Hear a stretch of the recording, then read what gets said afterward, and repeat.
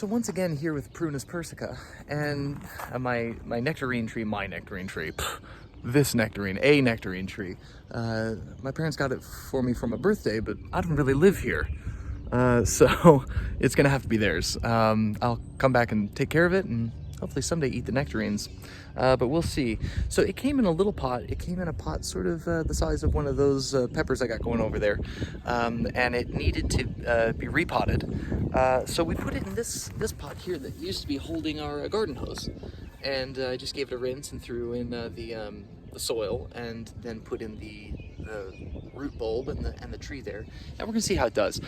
We had considered doing something like putting the tree in the ground, but of course, as many of you might not know, the ground here is basically it's clay. It's all just this I mean, really, if I wanted to, I could make a pot or something out of this earth, which doesn't provide a whole lot in terms of little tender roots being able to grow. Now, the clay does something, doesn't it?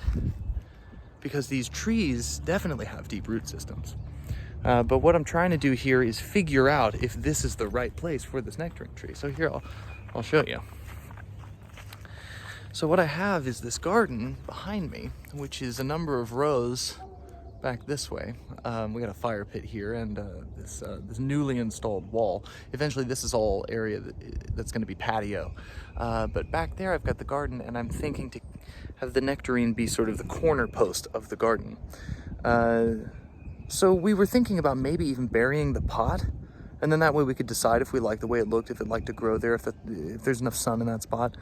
But instead we put it in a pot and kept it above ground, and that way we can move it this season to see if we can find the optimal space for it. That's the thing about it, is the garden is always changing. There's never really there's never a place to get to. If you ever walk into a garden and you see a flower, well, that took some time. And a flower is made up of so many different intersections. So it's cool. We have a lot happening. This beautiful flowering tree is starting to come in, and a lot of stuff is right behind it. I'll probably take you around and show you some of the other stuff that's growing on my parents' property, because they have some beautiful species that are just now at the end of March starting to get going and do their thing. I'm already feeling like I'm behind.